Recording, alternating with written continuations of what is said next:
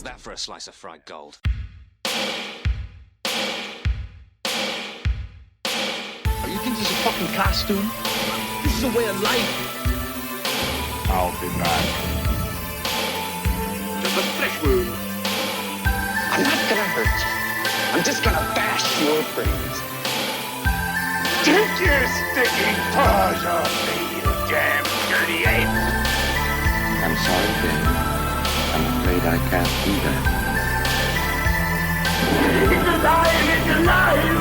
It's alive! I guess everyone's entitled to one good scare, huh?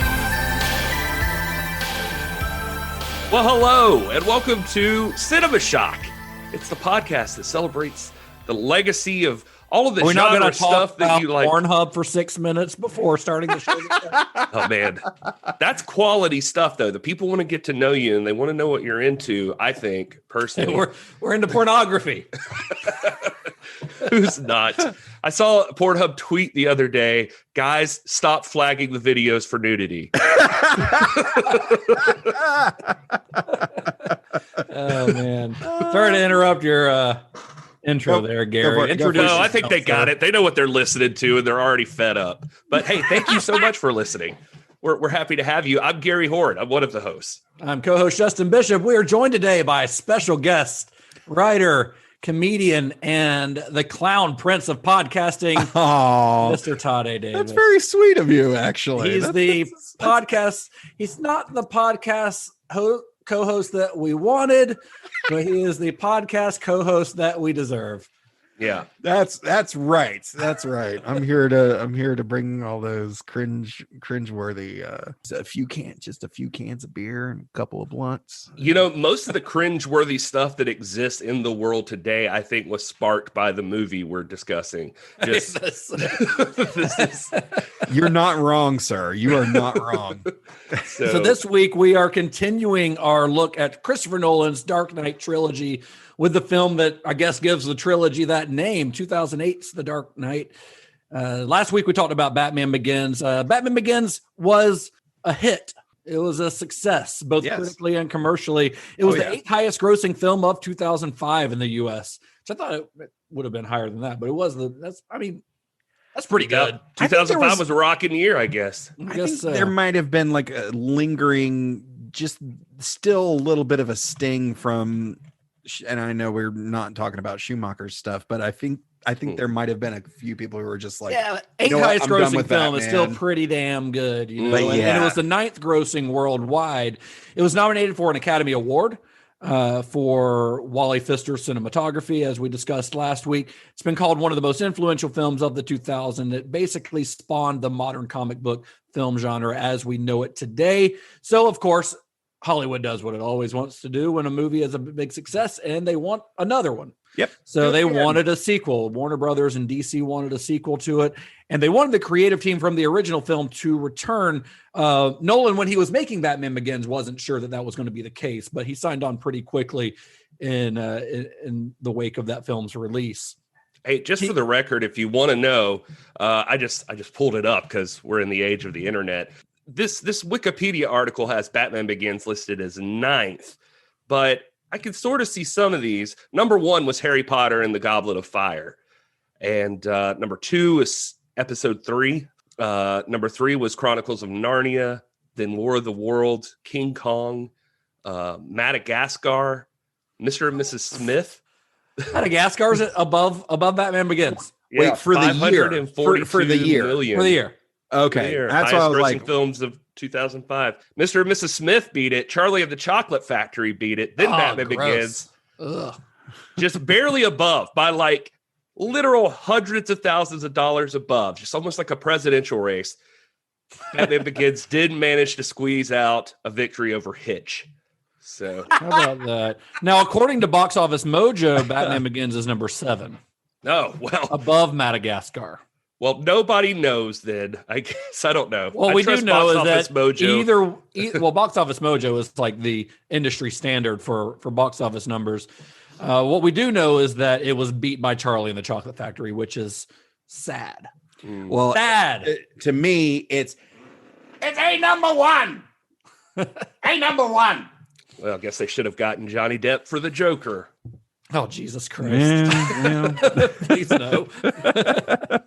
So Christopher Nolan was, of course, fully willing to return for the sequel, but he also had enough clout to say to WB that he's like, hey, if I'm going to return, then I want to be able to do a not Batman movie in between. I wanted a palate cleanser so that I'm not just immersed in the world of Batman for the rest of my life. And he did. In 2006, he directed The Prestige, which starred Hugh Jackman and, of course, his Batman co-star Christian Bale. That movie, again, the Prestige is awesome. Maybe we'll talk about it on the show one day. Yeah. It has held up incredibly well. And honestly, I think it's in the top 2 or 3 Christopher Nolan movies. It was a major critical and commercial success as well. It brought in over $109 million at the box office. That same year, 2006, production on the next Batman film began, and Nolan announced the title of his follow-up to Batman Begins, a film that would hit theaters 2 years later and become what is considered possibly the greatest comic book movie of all time. I guess we can debate that, but I think that is a general consensus. That movie, of course, the movie we're talking about today, is The Dark Knight. Where do we begin? A year ago, these cops and lawyers wouldn't dare cross any of you. I mean, what happened? So what are you proposing? It's simple. Kill the Batman. Here's my card. Rachel's told me everything about you. I certainly hope not. Once told me that we'd be together. Did you mean it? Bruce, don't make me your only hope for normal life. You're Alfred, right?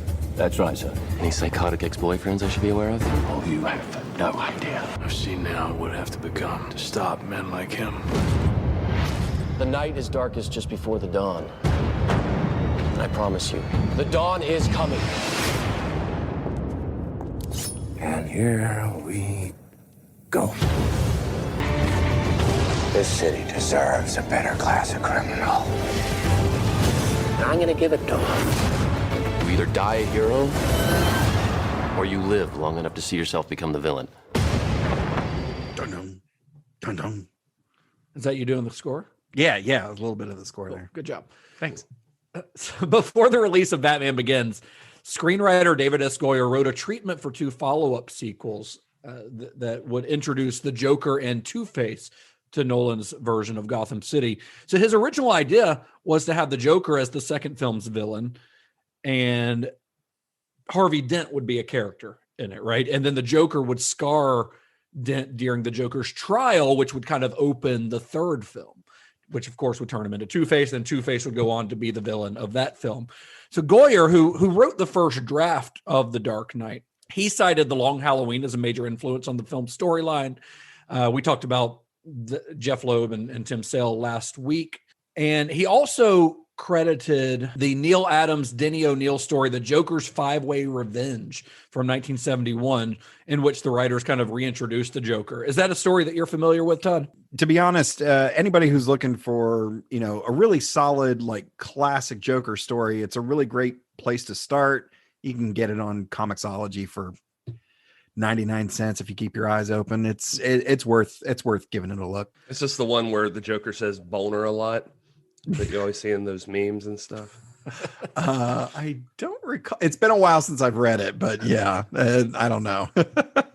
So although Goyer wrote the first draft of the script, the final screenwriting credits would go to Nolan and his brother Jonathan. So for research, Christopher Nolan had his brother watch Fritz Lang's a Fritz Lang movie called The Testament of Dr. Mabuse.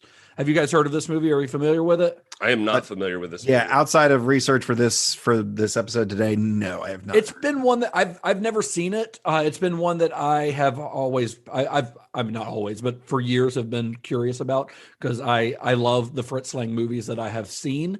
It's one I believe Criterion released way back in the day, and Nolan called the film the essential research for anyone attempting to write a supervillain, because the Dr. Mabuse is a sort of supervillain character. And that movie is actually a sequel as well. Fritz Lang did a film in 1922 called Dr. Mabuse the Gambler.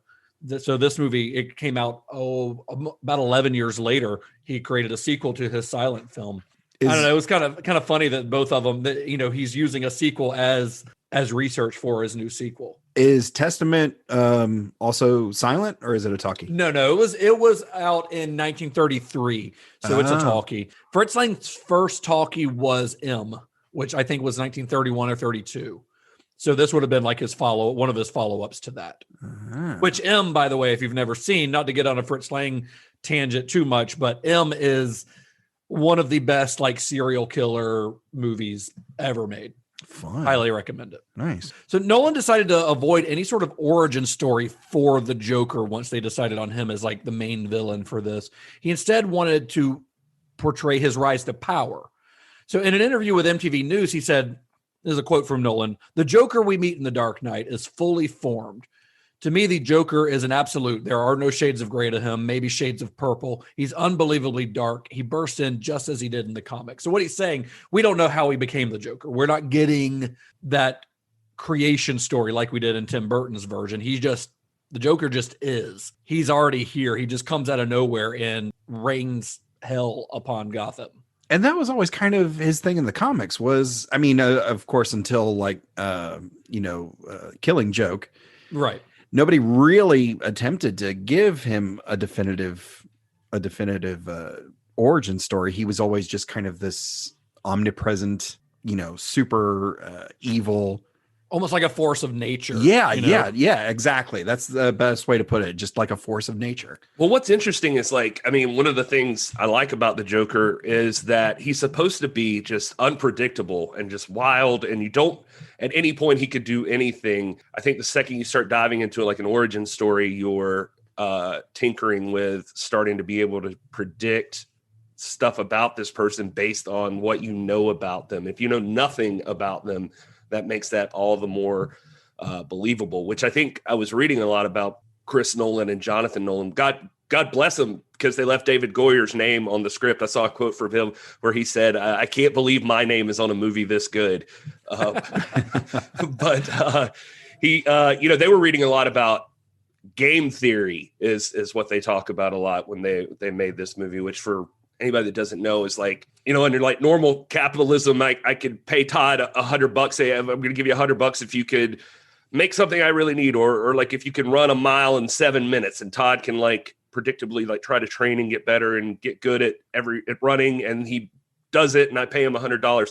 That's like the standard thing. But like game theory is like, but what happens when you're playing chess, for instance? I guess that'd be a good one. It's like, that's two people are playing chess and they both want to win. Now, each move that one person makes is predicated on what the other person did right before that. And so then you can try to start predicting what might happen. Or like if there's businesses producing the same thing, every marketing move they make or whatever, it's determined by like what the other businesses are doing. So game theory is about like trying to figure out like, what's this person going to do next, basically. But the thing with it is like there's always the completely unpredictable side of things, that human nature is such that you may never really know. You may never nail it down, because a human at some point will duck when they're supposed to jump. And so like it's about trying to nail that down. Can you ever predict what this person's going to do? So I think that's where it plays in with the Joker stuff. It's just having this unpredictable, this wild card in the middle of everything, and Batman's so straightforward and focused. They're opposite ends of the spectrum for each other. Right. Well, I mean, and I'm sure we'll get into this a little bit later, but once we start discussing the ferry boat scene, that's where the prisoner dilemma comes in, and I sort of fell down a rabbit hole about that, but we'll get there in a minute, I'm sure. But I do think that the decision that Jonathan and Christopher Nolan made to not delve into the Joker's origin story, I think it makes the Joker a more, like Gary said, unpredictable threat. But also, this isn't the Joker's story. This is not about him as a character. Harvey Dent, in fact, is the one with like the story arc. He's the one that changes the most throughout the story, even more so than Batman. Right. This is Two-Face's origin story, not the Joker's. The Joker's just like I said, a force of nature who is facilitating the change, in both Batman and in Harvey Dent. That's a really you're absolutely right about that. Good job, Justin. Let's end this thing. All right, we're done. So several actors from the previous film, including Christian Bale, Michael Caine, Gary Oldman, and Morgan Freeman, all returned for the sequel. But of course, there was one key role that was recast, and that was the role of Rachel Dawes. So initially, it was reported that Katie Holmes was planning to come back for the sequel, but she ended up turning it down inexplicably to film a movie called Mad Money, which is not starring Jim Cramer, but stars Diane Keaton and Queen Latifah. And Katie Holmes was never heard from again. Right, yeah. Mad Money, I recognized the poster when I looked it up. So something triggered, like I guess I remember the trailers or something, but it has been largely forgotten, of course. Was barely noticed at all when it was released. It barely broke even at the box office, and it's sitting at like 22% on Rotten Tomatoes. So it got pretty bad reviews. Roger Ebert gave it 1.5 stars. So she turned down a movie that currently sits at number 4 on the IMDb top 250 for Mad Money. I recall, and maybe you guys can corroborate this or deny based on, because I'm sure I was spending a lot of time with her at this time. Well, I recall that it was because she was connected with Tom Cruise, and I think that was around the time that I was jokingly going to reference Scientology here, that was probably the decision-making process. Yeah. Maybe Mad Money. It may have been somewhere behind the scenes. The story, the line that I heard was she was bringing the wrong type of attention to the show, so she was not asked back. Interesting. How true that is, I don't know or after remember. Batman Begins, she was certainly in talks to return. So I don't know at what point that changed, but regardless, Maggie Gyllenhaal stepped into the role. Maggie Gyllenhaal is very good in the role. I think she's arguably better than Katie Holmes was. I think she's fantastic. I saw like Sarah Michelle Gellar, Isla Fisher, Emily Blunt, and Rachel McAdams all were interested too. See a couple of those working. Yeah. I could really see Emily Blunt working in that role. But Maggie Gyllenhaal, Rachel McAdams, because didn't she end up working with Chris Nolan on something else? Or am I thinking? No, I can't recall anything. Really. I think so. I'm mistaken about that. That's why I'm not. That's why I'm a special guest. All right, let's end this thing.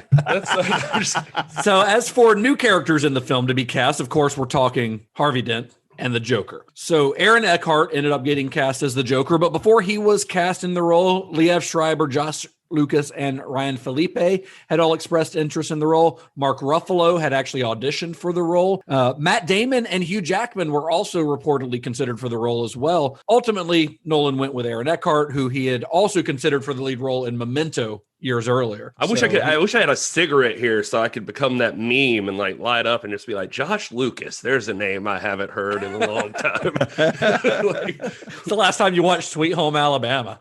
Right. Or that one movie with Jamie Foxx with the robotic stealth bomber or whatever it was. You remember that movie?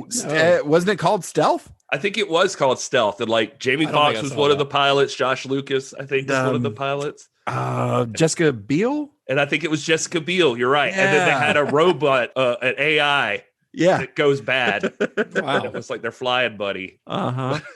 So for the role of the Joker, some of the actors who publicly showed interest in the role included Paul Bettany, Adrian Brody, Steve Carell, and Robin Williams. Steve Carell is the weirdest choice out of those, to be honest. I remember hearing talk of Robin Williams at the time. I think that would have been a horrible choice, as much as I love Robin Williams. Well, I feel like he was tied to it always back, like in the 80s. Every version. Everybody has things like, how crazy would it be if Robin Williams went bad? Right.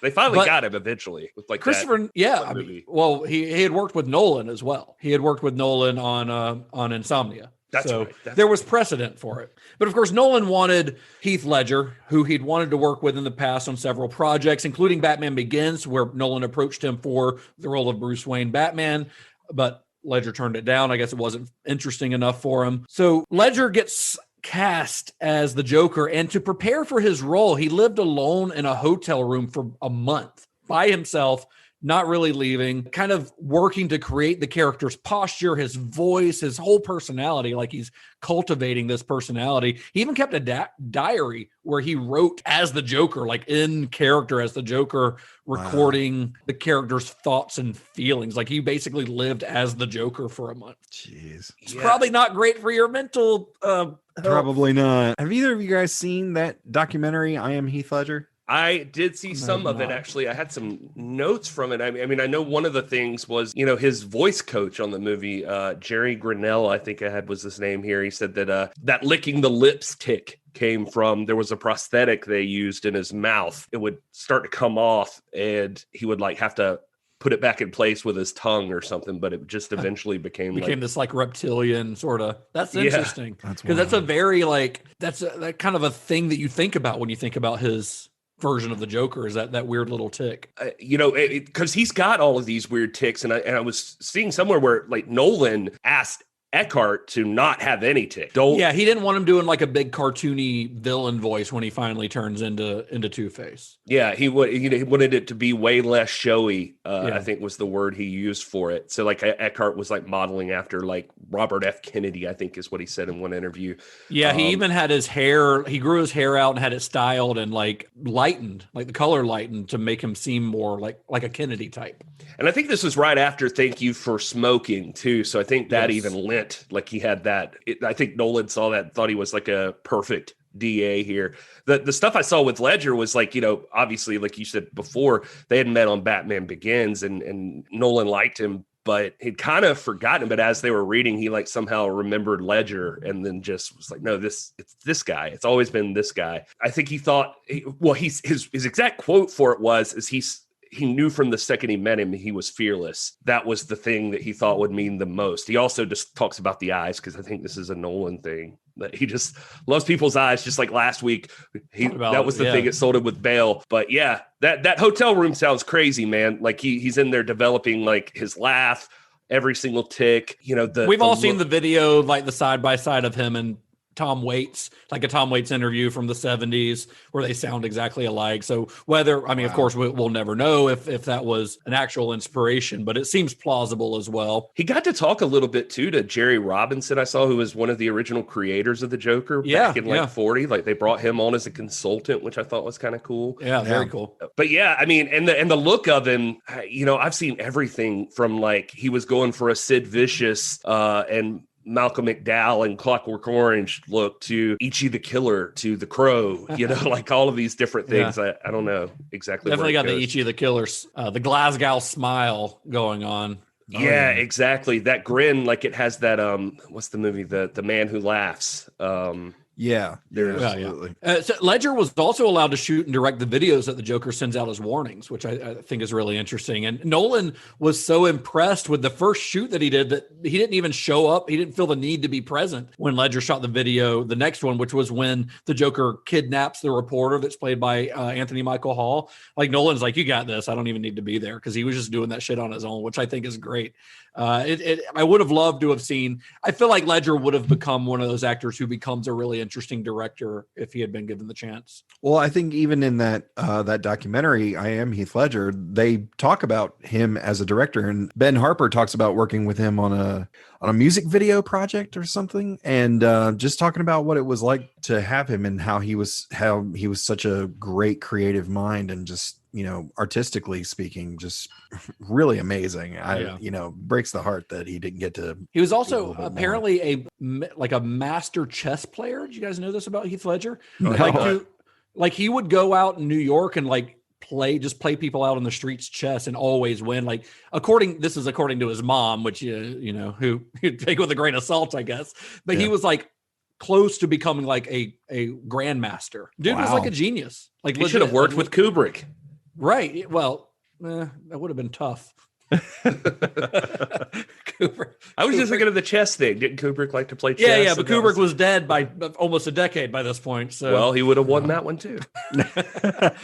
So some of the other actors that appear in small roles in the film include Todd's old friend Eric Roberts. Yeah. Here, quick fun fact about Todd. Todd was in a film, not just a film, a faith-based martial arts film. Yeah. That starred Eric Roberts. And by in it with him, I mean Todd was like an extra. Yeah, I was an extra. You really have to look hard to even catch a glimpse of my shoulder, I think. But I did get to hang out with Eric Roberts for like 3 days on set. It was actually really cool. Nice guy. Very nice guy. He is all about the work, man. He loves mustard. Yeah, he loves mustard. And the Lord. And yeah, and look, he's a working actor. He loves a paycheck. He loves a paycheck. Yeah.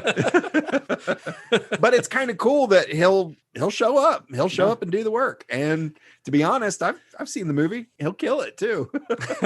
I think I saw somewhere that he won over Bob Hoskins and James Gandolfini auditioned for Maroni. And really? So wow. He's great in the role. He really is. I actually did get to because I didn't want to be that guy. Because when quick story of us on the set, while we were there between shots, one of the PAs walked by him and I saw him lean over and whisper, "It was Ramirez," and I was just like, "Oh, don't do that." But when I got to finally talk to him, I was like, "Hey, just to let you know, huge Batman fan." And, like everything else, as they announced certain casting, I was kind of, iffy on that just because I am such a big fan. Did you show him your tattoo? I did not show him my tattoo, although we did talk tattoos. But so I said, that first shot of you sitting in that chair, lean back, in the courtroom, I was like, nailed it. He was like, "Oh, thanks." He seemed very appreciative of that. That's Just awesome. seeing the position, I was like, I was very familiar with the character, and you nailed it, sir. He was like, "Oh, thanks."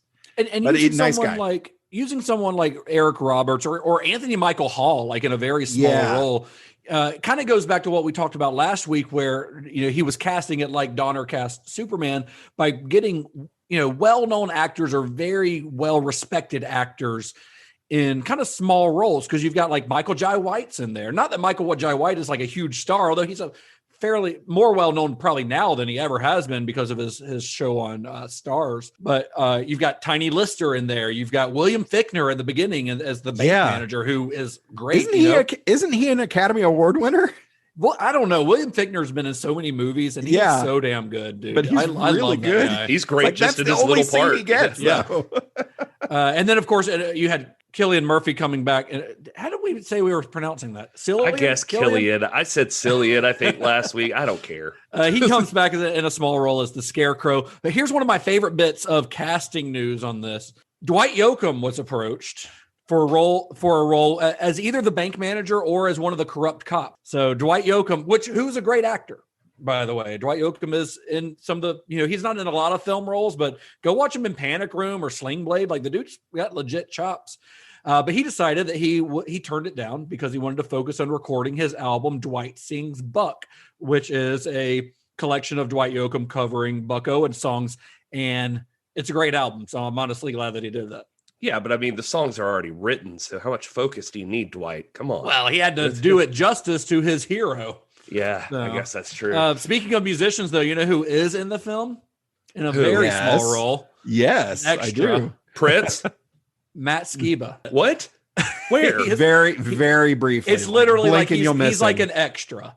It's in the scene where they're trying to get the crowd's trying to get someone to come out. The reporter, the guy who is talking to the cops, who says that he knows who the Batman is, or talking to the reporter saying he knows who the Batman is, and the Joker calls in and they say the first person to kill this guy, whatever. Yeah, no, actually, now that you're saying that, I swear to God, outside, I think I turned to Jennifer and was like, "Who is that?" Now the person looks familiar. Yeah, when you've got the crowd outside of the window, Matt Skiba is in that crowd. Well, good for that guy. That's pretty impressive. I thought it was cool. I'd forgotten Cillian Murphy was back in this one, even in that small part. I remember that he shows up in Rises so easily. Yeah. I just think it's cool because I think he's the only villain who's just repeated. Returned. Yeah, in these movies and Batman movies. Usually they just get 86th and they're gone. And well, I like the idea that he gets taken down so easily at the beginning of this movie, because it's almost like Christopher Nolan, when he was developing this movie, he says the theme of this movie is escalation. That kind of fits in with that, because by this point in Batman's career, Scarecrow's small fries. He's got bigger fish that he's going to have to worry about soon in the Joker. And you have to see that Batman has gotten to the point where this guy who was a threat in the first film is now not a threat at all. Right. Before we move on about the making of the film, I want to talk about Heath Ledger. Why? Because he's pretty good. Okay, fine. Now, his performance is, of course, now universally praised. It's considered one of the great performances, of all time, I would say. It's like one of those that's people talk about Heath Ledger's role in this like they talk about Marlon Brando and On the Waterfront or James Dean and Rebel Without a Cause, you know. I don't like how you're going to try to skip right over Christian Bale and how he managed to just come in at the right size this time. Like, well, he didn't need to bulk up as much because they gave him a new suit. Yeah. But I remember when Heath Ledger was cast and people were kind of underwhelmed when it was announced. You know, people were not like super into it because, I mean, he had just come off of Brokeback Mountain, great performance and a great film. But he didn't have like this huge, he wasn't a huge star. He wasn't like a Jack Nicholson coming into the role, right? He didn't have this like legendary career prior to coming in. So there wasn't a lot for people to get excited about. He turned in solid performances in good films, but he had not done a ton of films. I think the general thought amongst everybody was like, really, the guy from 10 Things I Hate About You. Right. Hey. The guy from A Knight's Tale, really? Like, I was going to say, generally, like I think people thought of him as a pretty boy. He had like a teen idol kind of, you know? Yeah. He had the role as the handsome son in The Patriot, you know? Right. Like, you know, he just seemed like that, I don't know, just that guy. But there was nothing that was like culturally iconic in his career, you know? Like if he had lived, I think the Joker would have been probably known as the role that turned him from like an actor to like a movie star. I think this would have been that star-making role. But I do think that him being less of a known entity than someone like Nicholson was actually a blessing in disguise because it allowed Ledger to really disappear into the role of the Joker. You know, whereas in Nicholson, as much as I love Burton's Batman and love Nicholson, he's playing Jack Nicholson. Yeah. You know, he is playing a version of himself in that movie. To be honest, because he's so consistent with the voice and even, you know, the tick, you know, the lip licking tick, it helps you forget. I mean, you forget real quick, like, oh yeah, he's Knight's Tale, 10 Things I Hate About You. You forget all about that in the first 10 minutes. Yeah. Well, because he's fucking gritty and slimy and dirty. And he's kind of hunched over and he has this lurch to his walk that's almost like a wounded animal. Like, you know, it's a really incredible performance. Like it's a fully physical performance. It's so far away from the pretty boy thing we were just talking about. I mean, he's exactly opposite of that. And just his voice changes, like you said, his whole body, everything about him is different than anything you've ever seen Heath Ledger do before. So it'd be easy to get lost and just forget that this person, I mean, the closest you can even come to recognizing that it's Heath Ledger is probably the cop scene, you know, where he's got the makeup off. Yeah. Well, and you know, even as weird as he is, you know, initially, when he gets into that kitchen with those other mob bosses, you see that he's also a force to be reckoned with. You see him take down a guy so fast. Yeah. And like there's also like a restrained power, because one of my favorite shots of him is him backing out of the room and then him kicking that door open and just super quick exiting left. It's great. And it's such a subtle thing, but like it just goes to show you like he's in complete control of what's happening, and there's this restrained power of this guy who's very unassuming and very easily to dismiss as crazy or whatever. Right. I mean, as far as like Jokers go, I mean, that's another thing about this one is like it's like the idea of him being total chaos and anarchy is an illusion in some ways, because he very clearly has thought out like everything he does. Yeah. You know, like he's in control, like you said. So it's just kind of an interesting aspect of the way they wrote him. And Nolan makes it pretty clear from the start that, yeah, I said before, this is not the Joker's story, but this is the Joker's movie, if that makes sense. Yeah. He doesn't have the arc, but he's the driving force behind everything that happens in the movie. And Nolan establishes that from the very beginning, because I touched on it last week, but the trilogy as a whole is really about Bruce Wayne's journey. It's about the beginning of Batman, obviously the Batman Begins, to Batman's end. I mean, the trilogy encompasses basically his entire career. I know there are time jumps in between films, but his confrontation with the Joker in this film fundamentally changes the trajectory of that story. Like, this is a turning point in Batman's career. You know, this is a turning point in Bruce Wayne's story. Well, he even says that in Batman Begins, he doesn't want to be a vigilante. He wants to be a symbol. Right. Well, in this movie, he gets the opportunity to make that choice, and he has it's a lot easier said than done. Yeah. Because being that symbol means they might love you. They're probably going to hate you because of all the things that you're really going to have to do for the good of the city. But yes, you know, and you know, Batman Begins starts, the first frames of Batman Begins are of Bruce Wayne, of him in the Himalayas or wherever. This movie starts with the Joker. The first scene is the Joker. It's introducing the Joker to the audience. And now Nolan has called Michael Mann's Heat as a major influence on this film. And I think that's very clear from the opening, Bank Heist, which is a very Michael Mann Heat-esque in execution. The opening scene of this movie is honestly, in my opinion, one of the greatest opening establishing scenes in a movie. It's just, as a set piece by itself, even standing alone from the rest of the movie, it tells a story from beginning to end, you know, that opening sequence. It manages to create a sense of like dread and anticipation before the villain's face is ever even seen, you know? And this is probably a good time to note that the score by Hans Zimmer and James Newton Howard, I think, goes a long ways in helping establish that feeling. Even I wanted to make sure we hit on the music this time because we completely skipped that last time. And Zimmer and James Newton Howard, like, they worked together on Begins and this one, and they worked together, like locked in a room making this stuff. And yeah, my God. I think it's and I both of you guys can attest that I'm not the biggest music aficionado, but I thought it was so interesting that they basically, Batman and Joker, they get two notes, but it tells you everything about what's happening there. You got the dun, dun, but then you've got dun, dun, dun, dun, dun, dun, dun, dun, and it's just that it's almost nails on a chalkboard, but it draws you in rather than repulsing you. And it's hard for me to explain, but it's so fascinating that they took the same approach to these two very opposite characters. Well, you only ever hear the Batman theme twice in this movie. Like it just really? Yeah, and they were going for this, like, they didn't want the heroic theme throughout this. They would like that you'd hum the Batman music or something. Right. They were looking for like more complexity and darkness in like the characters. And so I think Zimmer called it musical foreshadowing. The times that you do hear it, it's just like it's coming, but like it's just like a little tease that Batman's going to be there. But his goal with this one is intensity.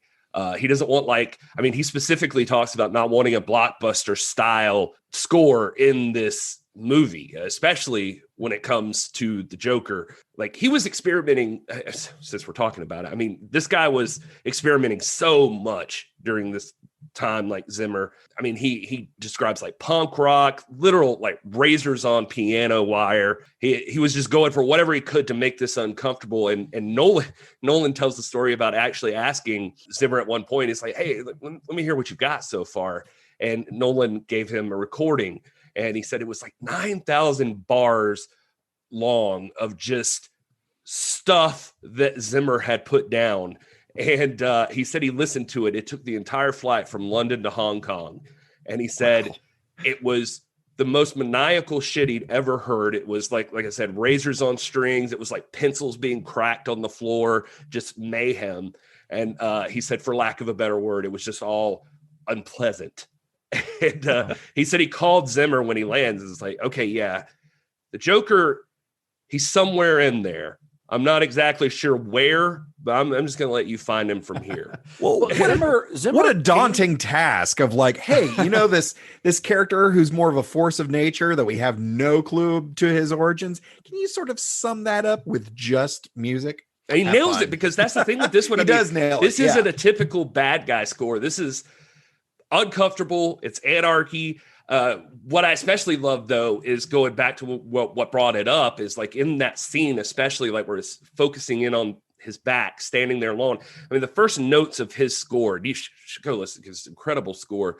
It's just a cello, and it's this scraping across the cello. It's eerie, and it pulls you in, and it's like right before it just goes fuck nuts. It's the Joker. And so it's like it's just crazy. I think Zimmer said he literally wanted to write something people would end up hating. But well, Zimmer has a really interesting way of thinking as a composer, I think. And I think it's, his background, of course, he's like, I'd say one of the more well-known film composers out there now, but he got his start in like the punk scene. He produced like the Buggles, like Video Killed the Radio Star, which is not very punk, but it's in that sort of new wave scene. And he produced and played a synthesizer on, I think it was the 4th album by The Damned, the Black Album.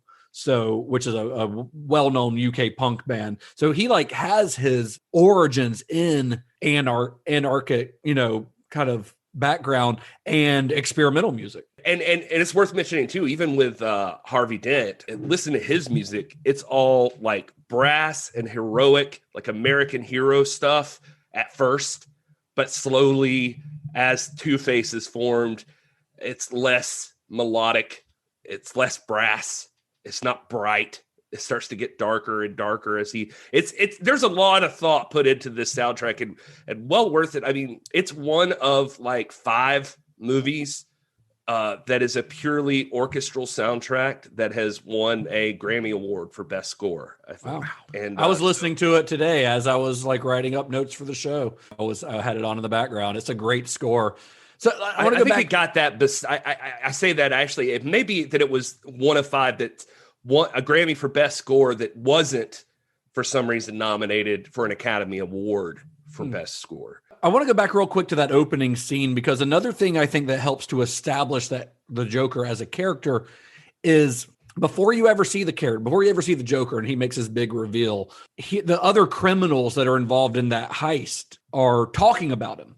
And they're talking about him like he's not just their boss, but he's this sort of mythical figure almost. Like they kind of, it's kind of how they're like this unknowable figure. None of them seem to have actually met him. As much of a urban legend as he is a crime. Right, he's this guy living in the shadows. Kind of how people talked about Batman in the first movie. Right, and it establishes who the character is, before you've got, that he's manipulative, that he's kind of ruthless in the way that he sets his crew up to kill each other. That he's like, the guy's got a brain on him, but he is evil.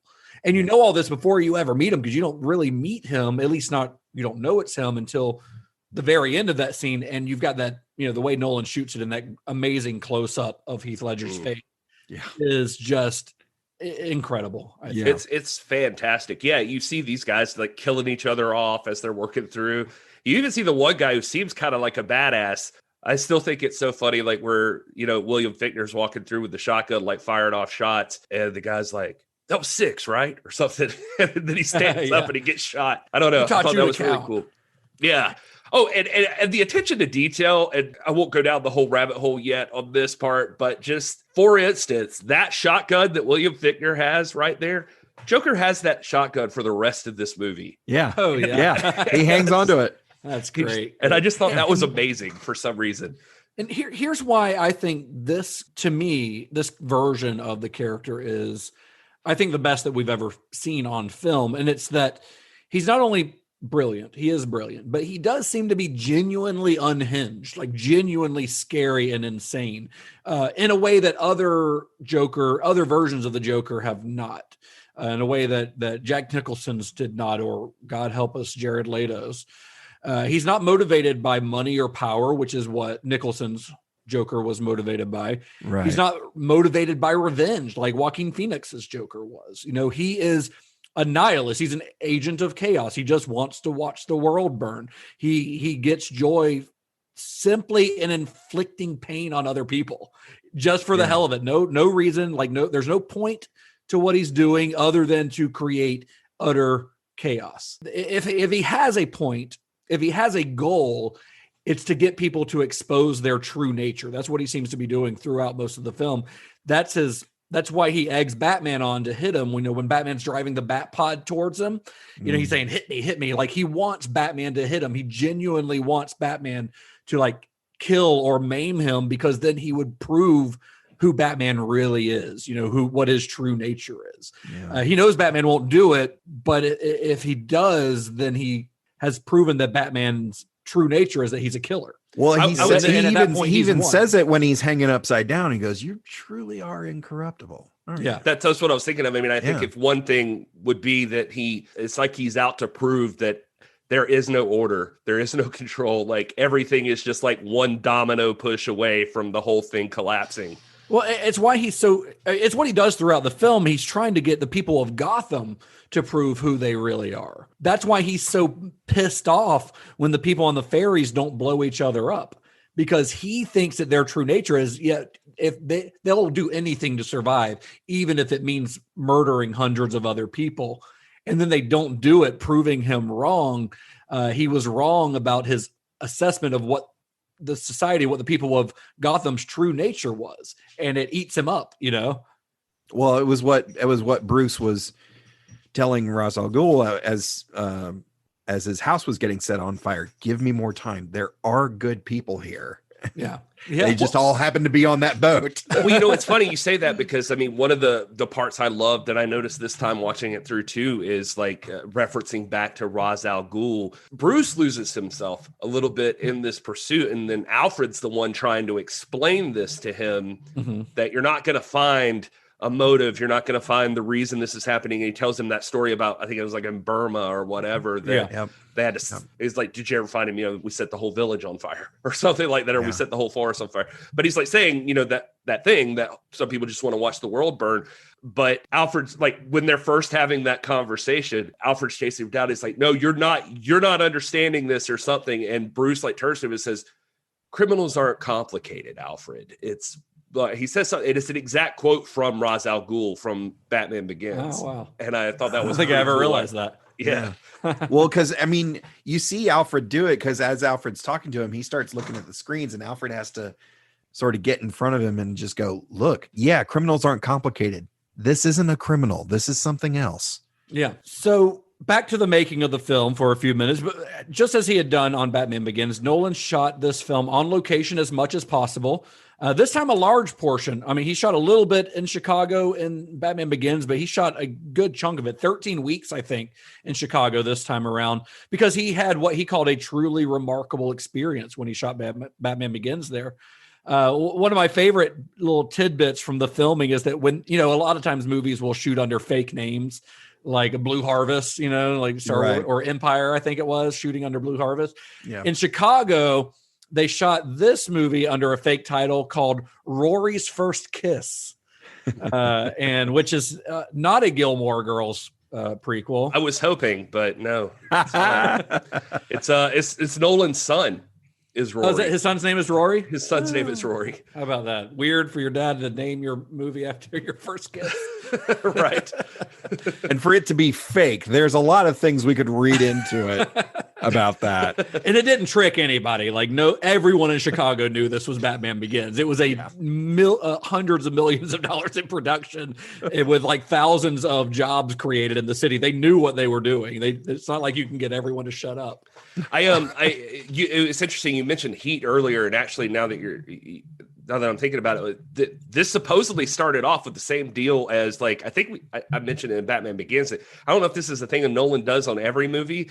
As we learn more about him, we'll find out. But the first 4 days of shooting was no film rolled. It was Nolan screening movies, 2 movies per day for the cast and crew. And the movies they showed were Heat, Cat People from 1942, Citizen Kane, King Kong, Batman Begins, Black Sunday, Clockwork Orange, and Stalag 17. Wow. It's a great bunch of movies. Yeah. I don't know where King Kong fits. A lot of those I can kind of see where their influence is on this. Even like Citizen Kane. I mean, those, I can see a lot of that. King Kong, I'm not sure, but I would be interested to ask him. Unstoppable Force. I'll call him and see what he says. I will say too, another fun story about Chicago is that while they were filming there, like concurrently, or I think that's the right word, right next to their shooting, Wanted was being shot, that other comic book movie, and Morgan Freeman's in both, so he was working on both at the same time. Wow. Yeah, and so this will be fun for comic book nerds. Lucius Fox starts talking about the Joker as this motherfucker. Well, Mark Millar, who wrote Wanted, slowly figured out that Batman was happening. I don't know if it was through Morgan directly or whatever, but he snuck his way on set for the Batman movie. And he was found sitting on the Batmobile at one point, and security had to escort him out. But it sounds like something Mark Millar would do, honestly. Yes, it does. Before he goes to have a little snack of a fifth of Jack. Or no, it was the Bat Pod is what it was, because he was like trying to ride the Bat Pod. Oh, Jesus. He would have killed himself. Oh my God. So unlike in Batman Begins, Nolan didn't really try to hide the identity of the city this time around. You can see visible Chicago landmarks. You can see the Sears Tower and Navy Pier. Like, it's clearly Chicago in this one. They used an abandoned Brock's Candy Factory for the Gotham General Hospital, the one that the Joker blows up. Mm-hmm. And its demolition actually prompted some people to call the police because they thought that there was a terror attack happening. It's always a good sign. Yeah. So for scenes that needed to be filmed in a studio, Pinewood Studios near London was served as the primary shooting location. Pinewood, of course, legendary studio where a lot of James Bond was shot, Star Wars, like it's a major studio in London, one of the biggest in the world. Similarly to what happened in Chicago, at one point while they're filming in London, this is not in Pinewood, but at the Battersea Power Station, just outside of London, they had to film a scene where they had to rig a 200-foot fireball. It was for something in like what was going to be, I think, the opening credits, or it was something that wasn't used, but 200-foot fireballs, they blew it up. And local residents there also called the authorities, thinking that terrorists were attacking the power station. You should tell people if you're going to blow shit up near their house. It really feels that way. It does. I mean, I even saw like when they were put a note on a door. If you see something, say something. I mean, that's what they're doing. I saw something about too, like, I mean, this is jumping ahead, but like even when they're doing like promotional stuff, they were sending out cakes with like cell phones inside that would like make them vibrate. And there were wires coming out of, and they would send them to like newspapers and stuff. And so like one like poor decision. What a terrible decision. Like one building was evacuated. Oh my God. Yeah, just insane. There's like cakes from the Joker. So for the scenes where Batman chases Lau to Hong Kong, the crew, as Nolan likes to shoot on location. If he's setting a scene in Hong Kong, guess what? We're taking the whole crew to Hong Kong. And that's what they did. But that was apparently, according to Wally Pfister and several other crew members, it was a nightmare. They clashed with like city officials in Hong Kong. They would complain about the noise of like the helicopters and all this stuff. In fact, it was such a pain in the ass that like the scene where Batman jumps from the skyscraper, that was supposed to be a practical stunt. And they ended up having to do it digitally because the local officials in Hong Kong were being such a pain in the ass. Jeez. Well, point one, I think this is the first movie where we've ever seen Batman operate outside of Gotham. So that was kind of cool. Yeah, like very cool. Travel. You can see his... I mean, because obviously in the comics that happens. I mean, around this time in the comics, I think Grant Morrison was working on the comics around the mid 2000s, and his shit, Batman battles aliens and shit. Yeah. Yeah. And I don't want to get it twisted, by the way, like that stunt, Paul Jennings, the stunt coordinator, I mean, he made this happen. Like they had prepped for this. It's nuts. Like they had to tether a guy to a helicopter. So that's why there was helicopter activity. I think I saw the stuntman was Buster Reeves, and he did. It's pronounced Rhymes. Is it Rhymes? Buster Rhymes. Buster Rhymes. Yeah, that's who it was. Yeah. It was so it's a fast talker, so it's hard to pick up on what he's saying. But no, he actually did the fucking jump. I mean, the trick part is like, so imagine you're Batman and you're like scaling down like just the side of the building, and then you're going out. They can't let him just fly off into nothing. So he's tethered to the helicopter and he's swinging out, but now he's a pendulum. So he's coming back with momentum. So that's where the helicopter comes into play, because as he goes out and he starts to come back, the helicopter takes off away from the building so that when he swings back, he doesn't grossly smash against the side of the building.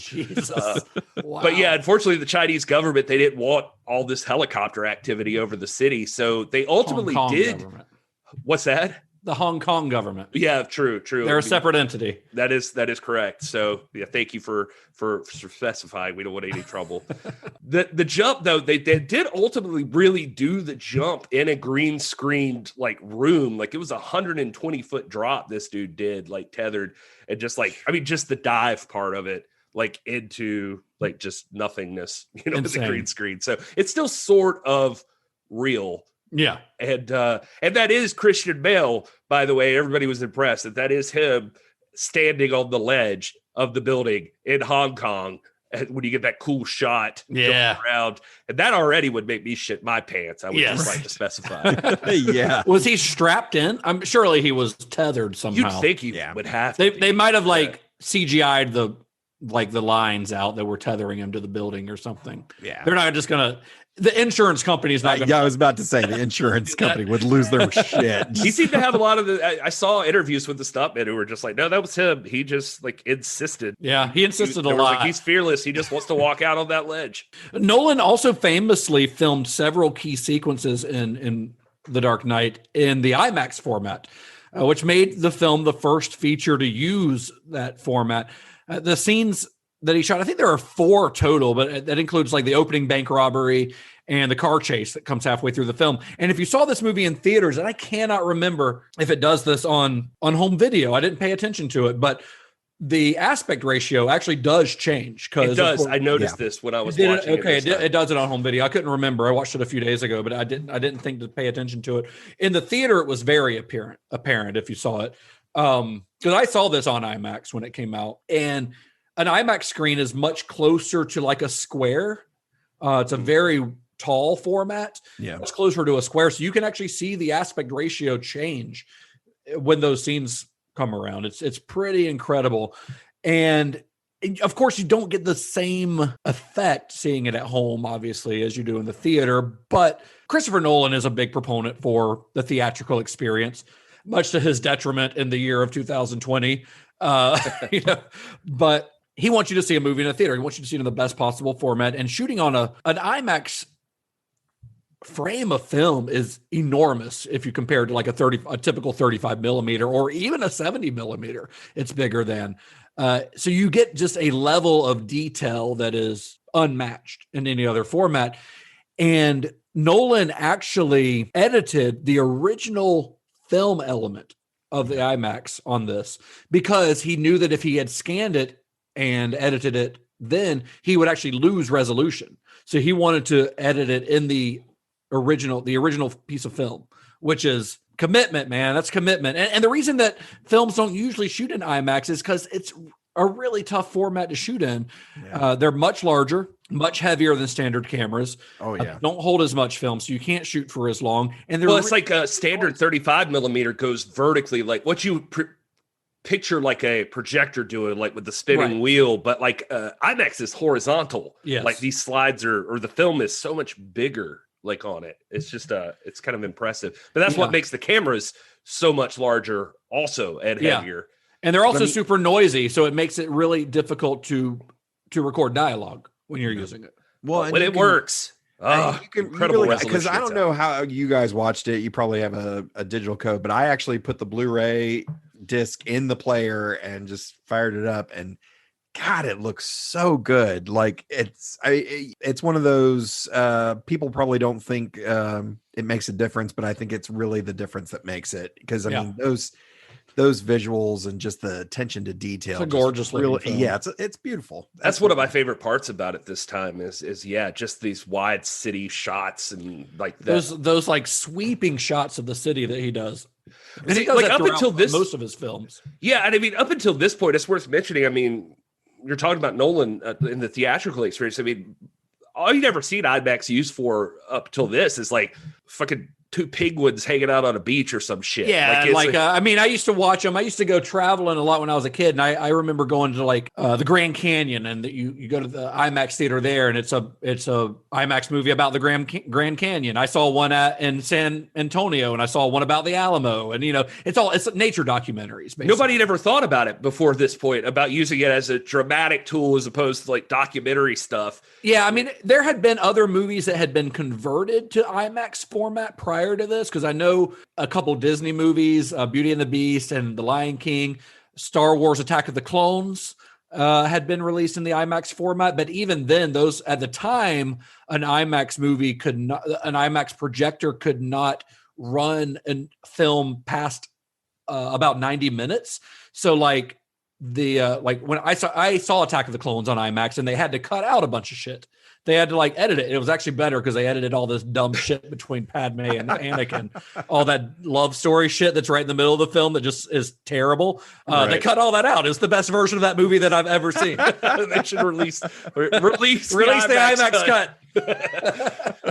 But no, like Christopher Nolan, it feels like was the first person to use his leverage, and like you said with the theatrical experience, he went to the studio, was like, hey, this is what I want to do. This movie is going to be epic. It's going to have action like nobody's ever seen before, and if you want the most bang for your buck, I think I can make that happen with these cameras. And it's going to bring the audience like into the action. Like we're talking about, it's not a simple process either. I mean, the film crew, I think, had to do like at least a week of IMAX school to see if they could learn how to manage the cameras and move like they normally would with the 35 millimeter. I mean, you kind of hinted on this, like, for instance, everything about your focus is totally different. On one hand, like the focus is more shallow than a normal film because it brings like the image in so much. I think you've got like inches to work with instead of it's a very, very short depth of field. Yeah, exactly. And then, like you said, too, the screen on an IMAX is like 8 stories high. So the audience focus is entirely different because you can't just take that whole screen in. So it's on a true IMAX screen, which a lot of the IMAXs that are around the country, we've got one near us, are what I call a mini IMAX. They are not nearly the size of a true IMAX. A true IMAX, the seating is very, very steep. So every seat is very close to the screen, and the screen literally takes up your entire field of vision. No matter where in the theater you're sitting, you cannot like just look. You're having to look around. You're having to move your head and like look around at the screen to focus on different parts of it. So when you see like a sweeping shot, like the car chase or something, it's a very different experience. Yeah. So one of the things, I mean, you notice, like, especially like in that bank scene, for instance, instead of a center focused image, like the top of the screen is a lot more background stuff because your eyes don't focus above what's going on in the screen, So it's weird how they like had to angle this. They had to frame things a little differently. Yeah. Exactly. Yeah. That's the words I'm looking for. So, and that's one of the things Nolan loved, though. Like he said that, especially for the Joker, he said it was like a laser beam to Ledger's eyes. So again, Nolan with loves the eyes, fapping the eyeballs. They're gonna raid his house one day and just find jars of eyes. Right. And you mentioned this too, by the way, too, the issue of how damn heavy the things are. A 35 millimeter camera is like something like, I mean, like literally, I think it's like about 35 pounds. And then when you're talking about Steadicam stuff, you have to think like a Steadicam's like part of this apparatus that's like leveraged away from your body. So it's so much more heavy. Yeah. I saw people talk about that like means that really that camera weighs like 80 something pounds when you're carrying it. With an IMAX camera, it's like over 100 pounds you're carrying the whole time. And I guess this is probably a good point to mention too, that at this time, there were only 4 of these things in existence. Building them took forever. Yeah. And these guys, they broke one. So it was during the armored car chase. They had them like side mounted on 18 wheelers. The Ultimate Arm that I think I mentioned it last week. They had it beefed up, and they had one on a car there. And anyway, as things go, they crushed one. They crashed it. Whoops. And totally worth. Well, as long as we're talking about the car chase, the end product. One of the new additions in this film, design wise, is the Bat Pod, which is Nolan's Bat versus take on, I guess, the Bat Cycle, the Batman's motorcycle. Nathan Crowley, the production designer who also designed the Tumbler in Batman Begins, designed this, and he designed 6 models to be used in the film. And it is remarkably not a visual effect. It is a working vehicle. the Bat Pod. Yep. It has these huge 20-inch tires on it. And the engine of this thing is in the hubs of the wheels. Yeah. And you're basically, the rider is lying down on top of the gas tank. Christian Bale like he did with the previous stunt we were talking about, tried to insist on doing the shots of Batman on the Bat Pod himself, but the stunt team was like, hell no, we can barely ride this thing. We're going to kill yourself. Yeah. In fact, there was a stuntman, Jean-Pierre Goyer. He doubled for Christian Bale during those scenes on the Bat Pod, and he was the only one who could balance the bike. He was the only one who could do it. He even said in interviews that he had to nearly unlearn how to ride a motorcycle to manage riding the thing, because you steer with your shoulders in this thing. Mm-hmm. Like you see Batman's hands are in these like inserts. He's like where he can like control the guns and stuff. So your arms are actually in those, and you're kind of controlling it with your shoulders like this. It's insane. What an insane piece of engineering. Because even just when he's going through sections of buildings where you can see it's polished tile. Yeah. And just knowing how slick that is to begin with. And he's having to tip this thing up on its edge to get around certain things. And watching that this time around, I was just like, "Oh my!" That's what I love forever. I'm happy when we can mention the stunt guys, because I definitely had Goy down to mention, because that's incredible. I was actually going to lead into that, saying like that chase is, I think it's like Lower Wacker is where it's at, and like Nolan had loved filming there in Batman Begins, so like that's why they went back. And God bless him, he wants to do everything practical, but he couldn't do the Batmobile crashing into the garbage truck properly. So those were like 1/3 models. Which is still more practical than just doing it CGI. Sure. Yeah, exactly. I would like to have that Batmobile personally, or even the garbage truck, just a 1/3 size garbage truck in the backyard. But it was the first time they crashed. The thing I love about the Christopher Nolan's movies and these Batman movies specifically, since that's what we're talking about, is his love of just movie magic. Not like he uses CGI, but he uses it sparingly and as needed. But you're supposed to.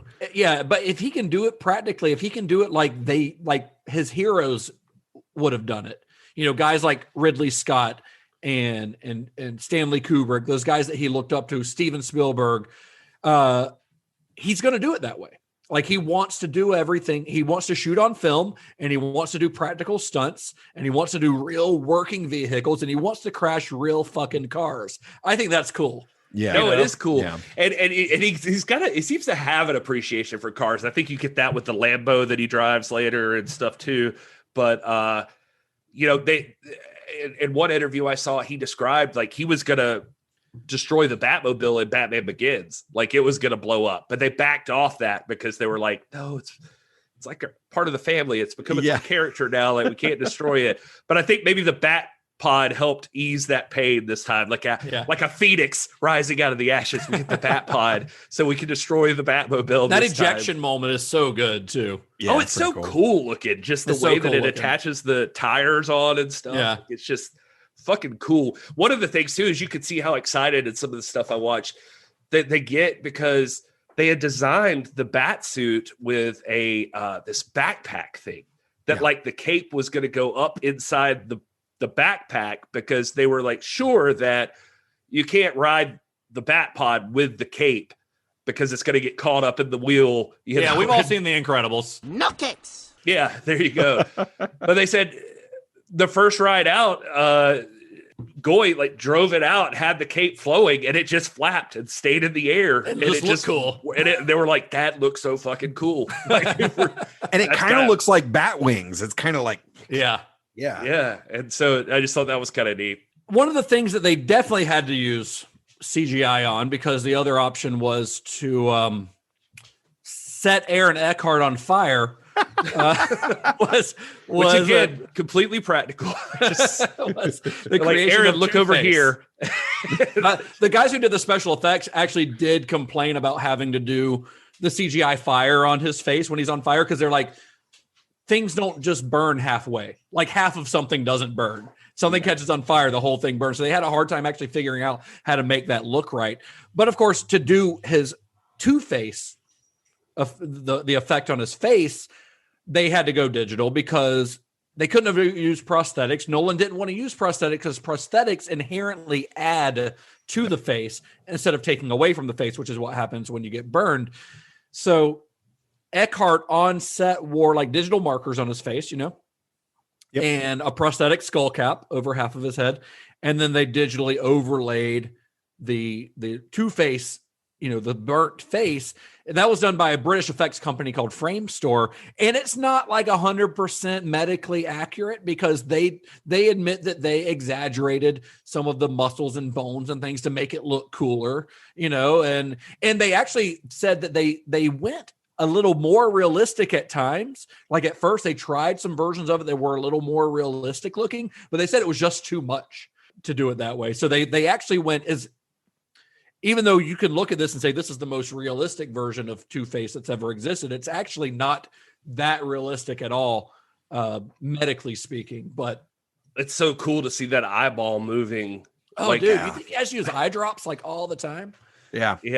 No eyelid. That would suck. But even though it's digital, that's some good looking digital work. It's great work. It's really great work. And fantastic. This movie's 12 years old now, and it's aged incredibly well. Yes, I thought it is. I thought it looked like that looks like a legit chicken wing. I just want to bite his face.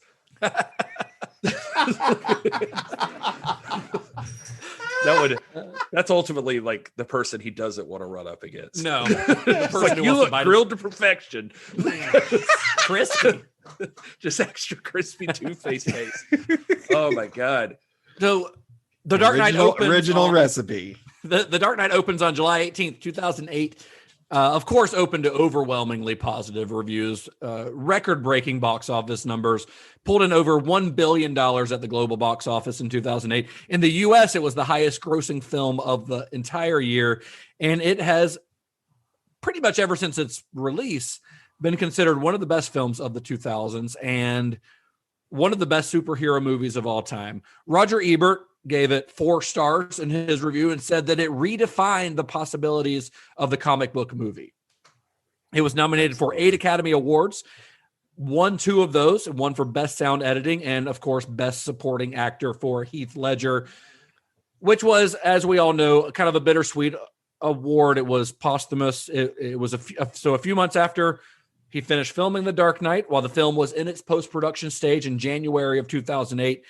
Heath Ledger passed away from an accidental overdose of medications. And this movie is sort of Heath Ledger's legacy.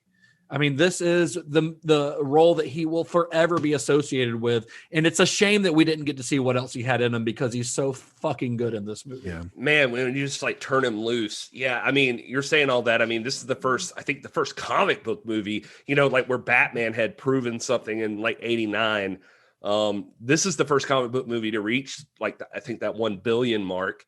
And, it's the highest grossing Batman movie and especially highest grossing movie of any of the DC movies. And all of that had been Batman 89. So this was like the next stage in comic book movies. It felt like even in China, who just, Hong Kong, who wanted to give them all kinds of shit. I think they banned this movie and it ended up being one of the most bootlegged movies in the whole entire country or something. And but and Heath Ledger, like you mentioned, I mean, he posthumously won like 32 Best Actor in a Supporting Role awards for his work. He won what they call the quintuple, the Oscar, Golden Globe, BAFTA, SAG, and Critics' Choice Award. Wow. Just all of that stuff. I don't know how you guys feel about it, but when there's that one scene where he's hanging upside down, sort of having the last back and forth between him and Batman, and he says, "I think you and I are destined to do this forever." I still get chills. I loved that because that is how we will always remember it. Yeah. I wanted that to happen. And for what it's worth, to throw this in there, since we're back on Heath for a second, I mean, there was a lot of rumors that abounded during this time that the role of the Joker really did this. This is what the Joker does to you. It just takes you to these dark places and that sort of thing. But I read a bunch of stuff from his family who says that Ledger suffered from insomnia his whole life. Like that was a big problem that he had. And he was often mixing sleeping pills together with other prescription drugs he had gotten. His sister said that she had literally talked to him the night before about how he needed to chill with that. Like he had to stop doing that because it was dangerous. Yeah. And then unfortunately, the one night in 2008, he took a mix and that was a fatal combination. And it's what killed him. But everybody you ask about Heath Ledger during this time in role, he was the Joker and he was wild and stuff like that. But like I saw like Michael Jai White on a podcast talking about the atmosphere of that set was relaxed and cool. And Heath Ledger was so chill, and he was one of the best co-actors he's ever worked with. And he looked like he was just having so much fun doing this movie. It was not like some deep, dark. It wasn't like he was being haunted by being the Joker. He was taking medications for a variety of ailments, including, like Gary said, insomnia. He did have Oxy in his system, but Oxy can be prescribed legally as much as people do abuse it. And he had anxiety medication that he was taking, and it was just a lethal combo that unfortunately took his life. It'll I mean, that stuff's meant to sort of bring you down. All of those things that you were that we just listed off, they're all quote unquote downers. Take enough of them, your heart shuts off. That's what happens. That's sadly, that's it, man. That's what happened to the dude. There's just no like tricks to that. It's just, and probably the Oxy. I don't even think I realized the Oxy was in there, but I mean, in my real life job, I mean, I deal with that kind of stuff all the time. And that's just not like directly, but anyway, my point is like, that is a huge issue, like in the world today. Like that is nationwide, and we've lost a ton of people, a ton of talent to that exact kind of thing. Especially recently, even in the years since Ledger's death. So Batman Begins was unlike any movie that had come before it. Any other superhero movie that had come before it. But The Dark Knight, honestly, like watching it this time, I'm like, this is not really a superhero movie. Right. This version of Batman operates like a public servant more than a superhero. Yeah. I mentioned last week how even though Batman Begins was always touted as like this, this newfangled grounded approach to Batman, like it still had some kind of goofy comic book elements, like, the Batman controlling bats and the Scarecrow's hallucinogens. None of that's present here.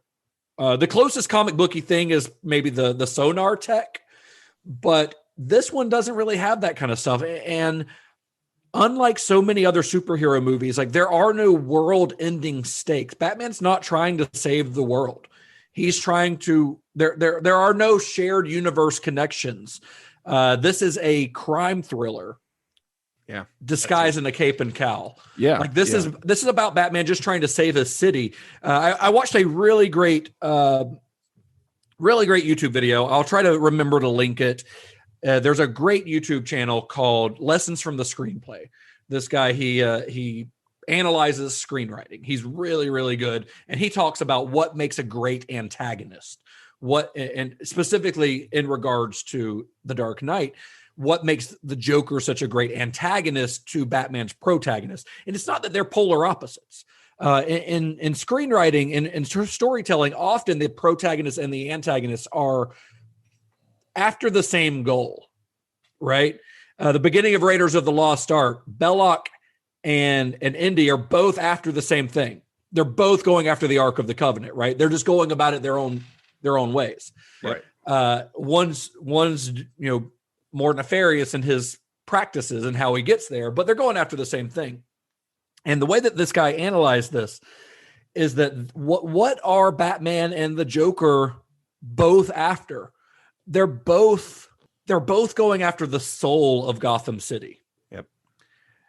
Batman's obviously trying to save it. The Joker's trying to sort of unmask it. You know, like that kind of goes back to what I said before about how strip it raw. He's trying to show people's true nature. And that's what they're fighting over. But it's not the end of the world. This is not Infinity War. You know, and I've talked about this on the show before, or at least on the old show, that I think that makes the stakes more personal. Because as wild as some of the events of this film are, the idea of a boat of people blowing up is much more believable than Thanos snapping his finger. And we can relate to that a little bit more because we have seen terrorist attacks where a boat or a building blows up. That's something we can relate to as human beings, more so than something that, like, you know, the Infinity Gauntlet. Right. So we connect with it a little bit more. It's less spectacle maybe, but it's more personal. It's more human based. Yeah, you're absolutely right. You know, when and not to take anything away from an Infinity War or Endgame, those are great movies, those movies. But you know, different goals. When Scott Lang is running through the pillars with all the names on it, it doesn't really hit home until he finds the name that means something to him. Yes. When we go into these boats, and I'll say both boats, we actually get a glimpse of these people who are staring down the barrel of, well, these barrels. And, you know, it brings okay, this is it. These are the people that we're going to lose. We got a mother, we got a business guy, we got, you know, all these people. And they could be your next door neighbor. It's not just could be your friend, Tiny Lister. Tiny Lister. Absolutely. I do appreciate that it was him that was finally like, I'm going to do something you should have done at the beginning of this, you know, and throws the remote out. At least they gave him that thing. You know, I wish I had, as I was watching it, I was like, I want to have this much faith in people. Like, yeah, I do. Tough. It's tough. And honestly, like when you watch this compared to more other recent comic book movies, if like watching it this time, I was like, for a comic book movie, there's relatively little action. Like there aren't a lot of action scenes. There's a couple. There's the car chase, I guess, is the biggest one, but most of the other even set pieces, like the heist at the beginning, that's not an action scene. It's a very well done heist, but it's not a lot of action to it. There aren't a lot of car chases. There's one car chase. I think exactly Batman like trying to bust through the building to take out the Joker's people, you know, like right before the boat thing. That's but if you compare it to something like the Marvel movies that is like nonstop action, you know, this is it's a very different feel. I think it's carried by performances completely. Like it's a character piece. I mean, like for me, the one thing that stood out, and I think it did before, and I haven't seen this movie in a while. And Joker in the fundraiser, like actually that whole scene, like even from Bruce talking about Dent all the way up until the Joker showing up, and like that whole thing, that's one of my favorite parts. And this time around was I just thought all of that was just so amazing. I don't know. It was just so intense the whole time. It was just so good. No, I agree. If there's one thing that I would say is a weak point in the movie, it's the portrayal of Rachel. Not Maggie Gyllenhaal. I think she's quite good, but Rachel is just sort of around to be a damsel in distress. Yeah, the entire film. And Nolan, like, he doesn't write women well. Women are his movies are about dudes. I mean, Dunkirk doesn't have a single woman in the entire movie. You know, he does not write women well. They're always sort of an object. They're very, when they appear at all, they're hardly characters at all. The biggest female character he's probably written has probably been maybe the wife from The Prestige. I was just thinking The Prestige. You've got what's her name? There's the daughter in Interstellar. Yeah, the daughter in Interstellar, I think, is pretty good. Actually, rewatching that one recently, I was impressed by that relationship. But he typically doesn't write a lot of strong females. Yeah. And in the case of this movie, I mean, I really think she just doesn't have a lot to do other than be in danger for most of the movie. Well, that's too bad. Yeah, I would like to go back to something from last week if we could and say that Batman's growl in this one did stand out to me. It's a little. It was a lot this time for some reason. Much, especially when he's talking to Lucius when they're in that room. This is the only time I think that Lucius and Batman talk as Batman and not as Bruce Wayne. When they're in the room with all the screens, they're talking, and he's still talking to him in that growl. Like, Lucius knows who you are. You don't have to do that. Cool it. But he does it. He does it too when he goes and takes out Dent. Like when he comes behind him and puts him to sleep when Rachel is there. He immediately, like, as he puts him to sleep, like, he switches like to that voice. So you could say that's like, maybe that's a psychological choice or something. I do appreciate there's so many things I was thinking about with this movie, but since we're talking about Batman real quick, the suit, I loved that legitimately all the reasons that they had for changing the suit, they're legit. It was function over fashion. Yeah. They decided to upgrade because they were focusing in on this, like, being a suit of armor as opposed to like the rubber suit, because they wanted to be able to make upgrades. And it's crazy to me to think about, because they didn't know about Iron Man at this time. So it was just kind of cool. Like, just this is before MCU was clicking. This was influential. It's the same summer as Iron Man. Yeah, it's the same summer as Iron Man, but just them trying to keep it grounded and for it to make sense. They wanted this suit to be flexible, faster. The old suit was like too much weight to be carrying around, and they stuck those reasons in the movie as the legit reasons that Bruce would change it. It's all the real deal, and they finally nailed down him being able to turn his fucking head by giving him basically a bat helmet instead of just a regular cowl. Right. They created like a separate neck piece. Yeah. He has a helmet that goes over. So it's super functional. He doesn't have to rip the rubber like Michael Keaton did. Right. Oh my God. Yeah. I don't know if this was intentional or not, but I saw like somebody point out that, when he talks about the dogs, there's a cool YouTube channel, since we're throwing props out. There's one guy called the Canadian Lad who has a YouTube channel, and he watches every movie in 0.25 speed to see like what he notices. Every movie? Every movie he covers in that channel. Props to you, but he went over like the scars from the dog bite carrying over from scene to scene and stuff like that. But I think it was him that pointed out that, like, even there's the scene where like Bruce and Lucius are talking about the suit and the armor, and he's like, will it work against the dog? And he's just like, running into a lot of dogs on your mountain trips or something like that.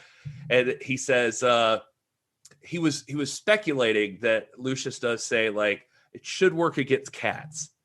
That like he was speculating against the time that old Michelle Pfeiffer like stuck the claw in her claws in. Yeah. I just thought that was neat. There is a weird thing, by the way, because I also those everything wrong with people, I watched their video on everything I hate great. those videos. Well, they do like the everything great about this movie.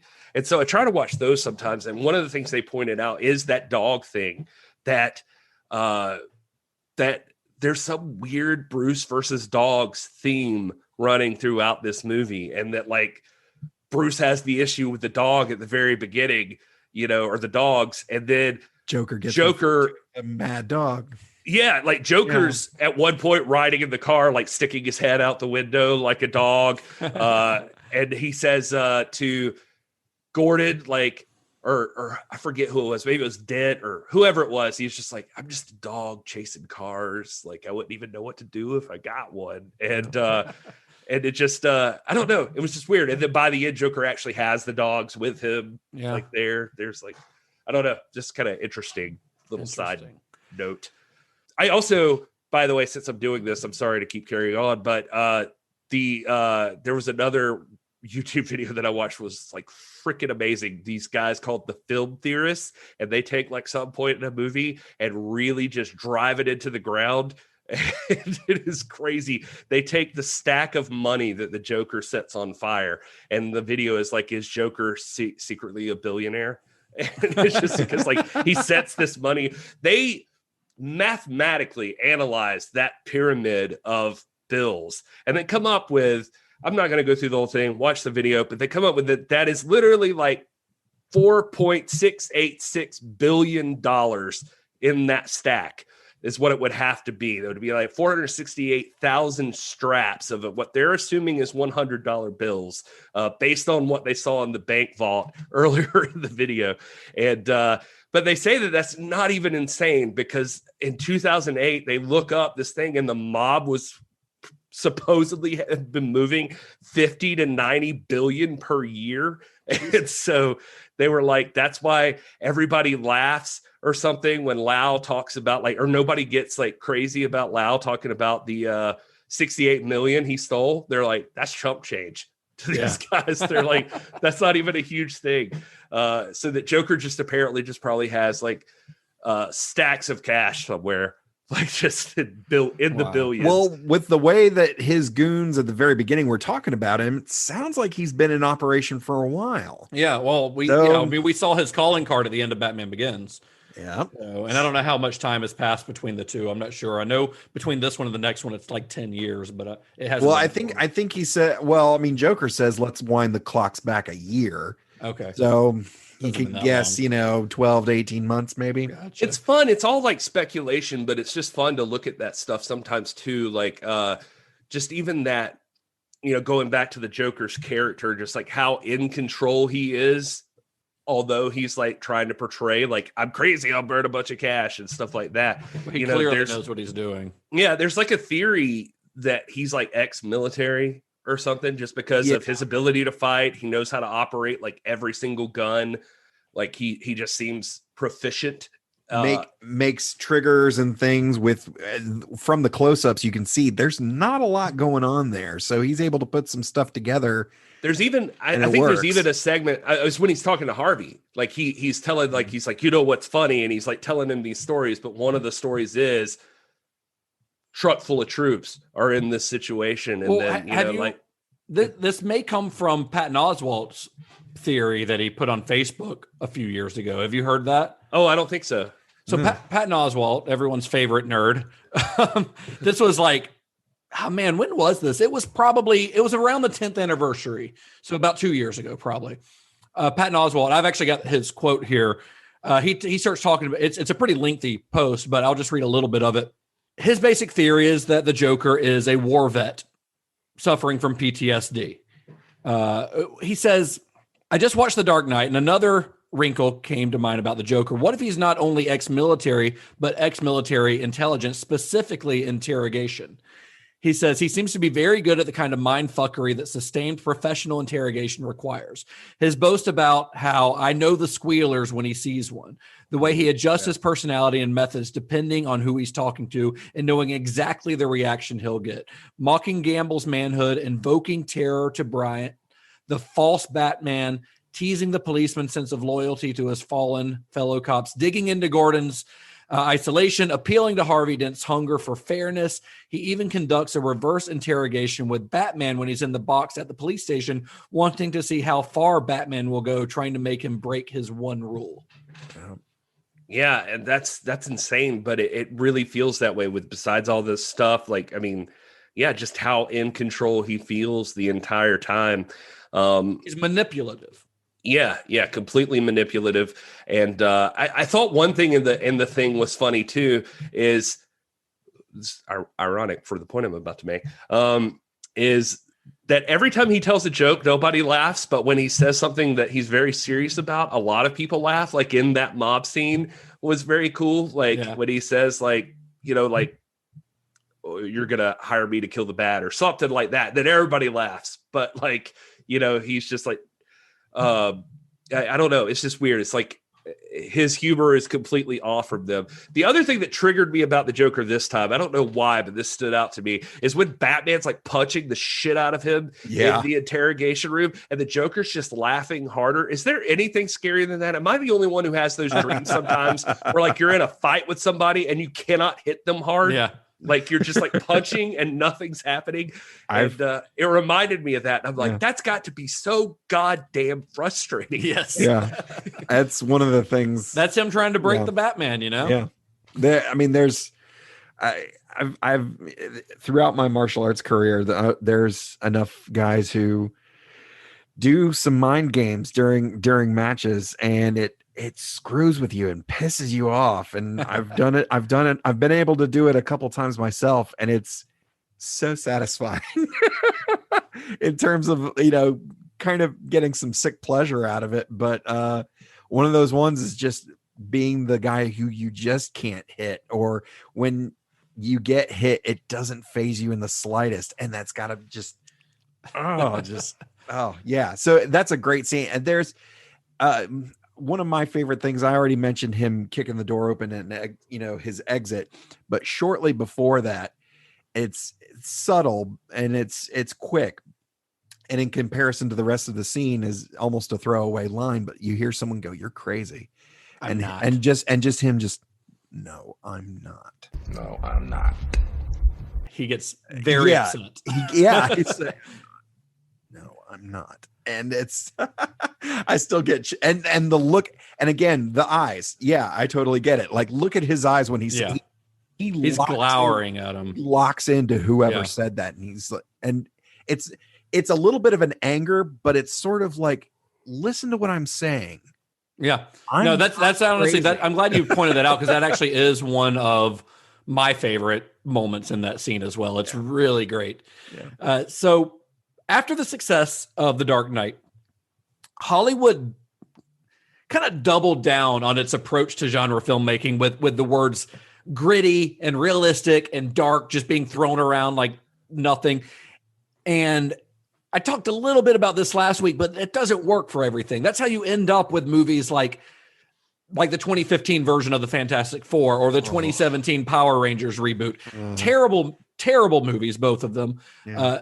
Both of which that gritty approach just was not justified. That's the thing. It doesn't work with everything. Like I'd say the only thing I could think of, the only franchise I could think of that tried to use the kind of grounded, realistic approach that worked was Rise of the Planet of the Apes. And that's because it had a reason for taking that approach that made sense. And I think those films, they fail because they didn't understand exactly what the Nolans and David S. Goyer were doing. They had a reason and a vision for why these characters should be grounded in a reality that at least somewhat resembles our own. You can take Batman and you can make him grounded and realistic without taking away the elements that inherently make him Batman, because Batman doesn't have superpowers, right? Correct. You can't do that with the Power Rangers. Right. You can't do that with Johnny Storm. Like it doesn't make any sense. Yeah. It definitely feels like street level, like as far as you're going with superheroes, like street level superheroes, like maybe even like some of the Netflix Marvel characters. Yeah, like gritty Daredevil works for makes Daredevil. sense. Yeah, it works. It makes sense because he's just a dude. Yeah, I mean Daredevil has a superpower, but it's barely a superpower. You know Not what I mean? Not a superpower that protects you from getting your face broken if somebody fights you. Like he hears real good. Right. And I think this is what makes Batman specifically, more than probably any other comic book character. I think that what makes him so great is that, and why there are so many vastly different versions of him out there. He's malleable. Batman's kind of a blank slate. I mean, at least on film. I know in the comics, there's a lot more depth depending on at what point you're reading. But Batman can be campy and colorful like the 1960s Adam West version, or he can be your goth boyfriend like in the Tim Burton version, or he can be your day-glow Schumacher Batman, or he can be the realistic Batman of Nolan's films. He's kind of a perfect canvas for a filmmaker to kind of project their own interest upon, because Nolan, this is very much still a Christopher Nolan movie, and he's still very much telling the kind of story that Christopher Nolan will continue to tell in his other movies. He's just using Batman as the instrument to do that. Right. I think along with what you're saying there is, because I am a big Batman fan and a big comic book fan, I've read quite a bit of the mythos, and you can see, like, more than a blank slate, he's almost a mirror for the times. Like, when it was in the 60s, it was, big, bright, colorful, campy. The 60s, in the 80s, things were getting kind of dark. So Batman reflected that. And that was also a response to the previously established version, as this was a response to the Schumacher version. Whereas, and I'll go as far as to say it reflects the society. So as we as a society progress, whatever direction we progress in, that ends up being what is reflected back in us in our mythology. And and consider, comic books are our modern mythology. Like the upcoming Batmans where he refuses to wear a mask. Well, and going kind of in the direction that you're going, Todd, like, if you view this version of Batman as a reflection of its times, this is a post 9/11 Batman. Yep. This film came out in the summer before Barack Obama was elected president. This George W. Bush is still your president. This is a post 9/11 Batman that exists in a world where the idea of using this is a Batman that exists in a world where the Patriot Act is a thing. That is where illegal surveillance, or what would in previous years have been illegal surveillance, is being used to find and persecute terrorists. I mean, that is what Batman is doing with his sonar thing. That is what Christopher Nolan is commenting on in that scene. I mean, it is 100% commenting on the Bush administration's use of surveillance. And that's, I'm not saying that, I don't think this is an inherently political film. I think I think The Dark Knight Rises gets a little more specifically political. I don't think this movie has a political point of view.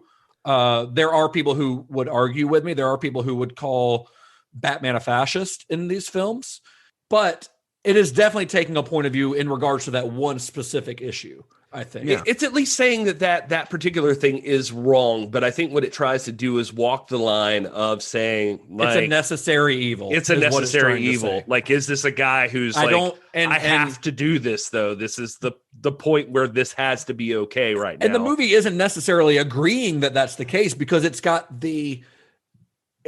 Batman's conscience in the form of Lucius Fox, right? The guy who's saying this is wrong. And we should not be doing this. Well, we'll even take, for instance, I mean, the idea of, like, you live in a world where, well, who knows, like, all kinds of, let's just be real for a second. I mean, we're in a world where we all have iPhones, and iPhones are technically probably made by slave children in China. And so then there's all of these things going on in the world today. It tackles the ferry situation, where in the end, nobody blows each other up. But technically, right before that, one ferry did decide to blow everybody up. They voted on it, and they voted to do it. and so it was like this, like, well, if I don't have to do it myself, like, if my hands aren't, if I don't have blood on my hands for this happening, then fucking kill them. And I think that it's kind of weird. And I think that lends a little bit to Joker's point. Talk is cheap. Like, you can talk and you can vote and all that stuff, but when it comes time to pull the trigger, who's going to step up? Well, and what does that say about you? So, I mean, it while it is, to Justin's point, it is not really a political movie. You can't help but notice some of the things that it addresses. It's a movie that wants to tease you with some of those political issues, but it's not going to give you answers. Like, it doesn't necessarily take one point of view over the other. Right. So it's dancing around that. Before we wrap things up, guys, I do think I want to address the end of the film, because this is, I think, where the film gets its title, The Dark Knight. It is. You could say that title comes from two different places. It's Batman becoming the Dark Knight because he now has to, he now has this crime hanging over him, which of course we know he didn't do, but it's also about Harvey Dent's transformation from who, Bruce early in the film refers to him as Gotham's White Knight, becomes Two-Face, the Dark Knight. But this is, what I kind of touched on before, that this is a turning point in Bruce's story. This is a point where and Todd kind of hinted at this earlier as well, he's become that symbol that he speaks about, but it's not the way that he envisioned it. Like, he has to become the villain, and that's a turn in his journey that he wasn't expecting, that is going to have consequences, specifically in the next film, of course. How do you guys read that ending? He has to take on that role as part of being almost like what you were talking about before about Batman being malleable. I mean, even in this universe, Batman's malleable. That symbol's malleable. Like, it's whatever it needs for the greater good. Like, then that's the role I have to take. That's part of it. Well, and so it means more to have Gotham's White Knight than to have somebody actually be corrupted when you think the most like, you got to lie about it. This person was never changed. This person fought till his death. The Gotham needs a hero with a face. Yeah. Right. And I think we see a lot of that. Bruce has to make the decision because of the things that Harvey has done. I think it's perfectly put on display through eventually named Commissioner Gordon. First of all, when which, I mean, my wife still, I can feel when she's sitting next to me tense up when the two cops show up to Gordon's home to tell Barbara that Jim's dead, and hearing her yell at Batman for bringing this craziness on us he's starting to really see what these decisions cost. Yeah. And when he ultimately says, "Hey, look, let me be the symbol. I killed those people."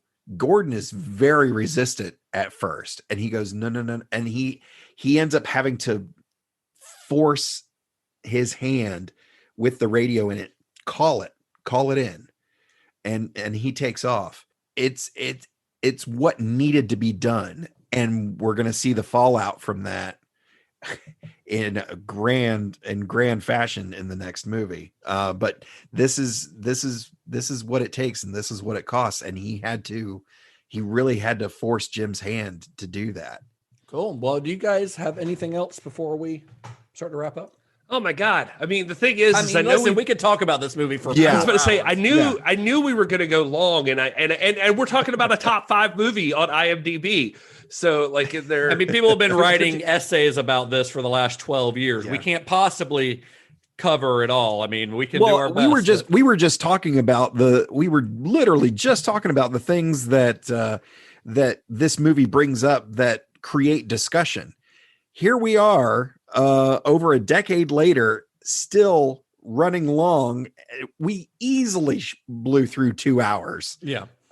Talking about this movie, talking about this comic book movie. A comic book movie. Yeah. It feels like, here's the thing. I know Gary had not seen this movie in quite a while. This is the second time I've watched it in like 3 months, probably. Yeah. But I feel like if you haven't seen this movie in a long time, you might forget just how great it is, because I feel like its legacy seems to have been lost in all the t-shirts and the Joker posters and the memes. But it is, if you get past all that and look at the actual film, it is a great movie. Not a great comic book movie, not a great superhero movie, just a great movie, period. Yeah. Well, that's the thing. I mean, we're in a world now where like the MCU has blown up Hollywood filmmaking. I even read a great article. I think it was Polygon or somewhere, where somebody just did an analysis on how this movie upset the Academy Awards. Like, that people were pissed at the time. Yeah, that this didn't get a Best Picture nomination. Everybody was expecting it. And what happened with that, I hope this is not stepping on a point you were going to make, but what happened with that is that the Academy took the wrong lesson from that, just like Hollywood did with this movie. Instead of saying, hey, we should include more types of movies and more genres, they're like, let's nominate 10 fucking movies. And instead of just nominating a wider variety, they're like, let's just throw more spots and we'll nominate 10 movies next year. And then you get movies like Extremely Loud and Incredibly Close getting nominated for Best Picture, a movie that nobody gives a shit about, instead of taking the right lessons when it's like, let's just maybe consider genre movies. Yeah. I think where the article's point was going was like, this is one of the first movies that sparked that discussion, that it at least began the movement that we get to the point of genre movies just being included right in the discussion. Of course, it took some evolution to get there, but no, man, I had so many more things. Like, did you see the Coleman Reese, the guy who was the fucking, like gonna expose who Bruce Wayne was, he's constantly referred to as Mr. Reese. And there's a theory that he is Nolan's version of the Riddler. That's Mr. stupid. Reese. I hate that. But that's a theory. That's a dumb theory. I hate it. But I don't know. I just thought, it was like maybe that is a nod there. I don't know. I remember somebody made a you're talking about he's driving a Lamborghini, what's it called? Like a Murcielago, which is like Spanish for bat. Well, I saw that somebody did a fan film that was to take place in the Nolan universe that had the Riddler as an FBI agent who was brought in to, oversee an investigation into the organized crime and, of course, into the Batman. And I thought that was an interesting approach to that character because that would make sense. Yeah, I would point out a couple of notes I made just from that 0.25 speed guy. Just little. What's crazy about it is it seems like a lot. I'm glad I'm not that guy doing that. But one of the cool things that it points out in a movie like this is like how much attention to detail Christopher Nolan pays. Yeah. And it's just insane. Like the idea that when Gordon's interrogating the Joker, like he's talking about like, where is Dent? And he's like, well, what time is it? And he's like, what does that have to do with anything? So it's like, depending on what time it is, he could be in one place or he could be in several. And Gordon like gets pissed and he stands up, or he like, I don't know if he reaches out. I can't remember exactly. Whatever he does, in slow-mo, you can see the Joker turns and looks at his watch and like stares at his watch for just a brief moment. So he knows what time it is. And it's just insane. Just all of these little stinking details that just make so. The other one I was thinking of is in the fundraiser scene. Joker with his shotgun. This is where I realized that the shotgun reappears over and over throughout the movie. He has the shotgun in the fundraiser scene. He fires it up into the air, and there is a wide shot. And when he fires it into the air, everybody in the room flinches, like they freak out. Alfred stands perfectly still, staring at him. That's great. And I just thought that was like wicked. I'm like, that's so cool. Well, it's really kind of what they established a little bit in Batman Begins is Alfred's kind of a badass. Hey, so we know that the critics pretty much loved this film.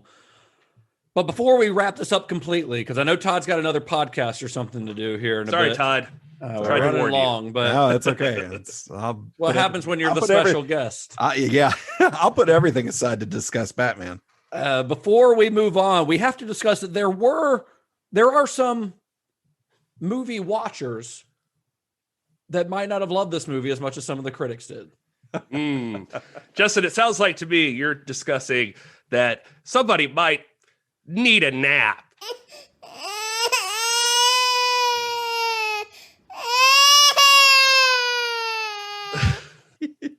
I love that so much. Let's start out this week with Philos, who gave a 1-star review on Amazon. He said, 1 star because this is the worst portrayal of Batman I've ever come across. Having been born in 1935 and experienced the comic book era from the start, listened to all the comic book characters on the radio, etc., I have wonderful memories. Batman is not my favorite character. I think Captain Marvel is, but I know and have enjoyed them all. Nevertheless, the scripting of Batman was terrible, and his voice sounded weird.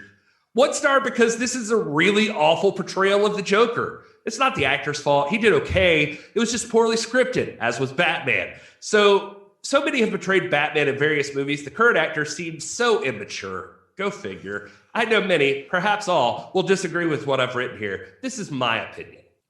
I guess that rounds it off pretty well. Yeah, how about this one? Bill Cosby. Get off my lawn review there. Wow, what a turd. Saw this for $2 and thought I would see what the hype was about. Christian Bale absolutely sucks as Batman, period. The set and car were nothing special, despite being harped about previous to the film's opening. I suffered through 55 minutes and thought that was long enough. And what about the famous Joker and Heath? Been there, done that, nothing special. And if he hadn't jerked off while popping too many pills, he wouldn't even be mentioned. Yikes. Yikes. Listen, it's not a bad way to spend a Friday night. Pop a bunch of pills and just see how long you can last. Perhaps I mentioned Radio GB here, who gives it 1 out of 5 stars. Not enough nudity.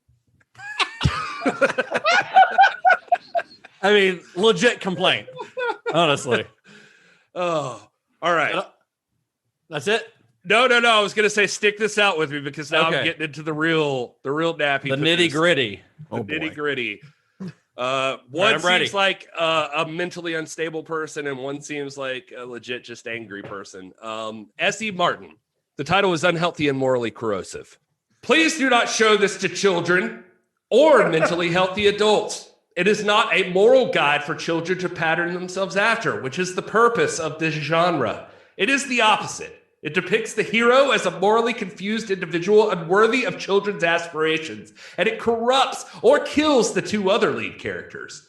It represents standing up for what is right against evil as useless and even harmful. It promotes the sort of moral confusion and cowardice that allows psychopathic monsters like Hitler, Lenin, and Stalin to take power and murder millions of people. They are giving Batman a lot of credit. They are a focus for a coalition of sociopaths who want to rule and terrorize everyone else into submission. They can gain power only when most people are too morally confused by their propaganda and or are too cowardly to take a stand against them.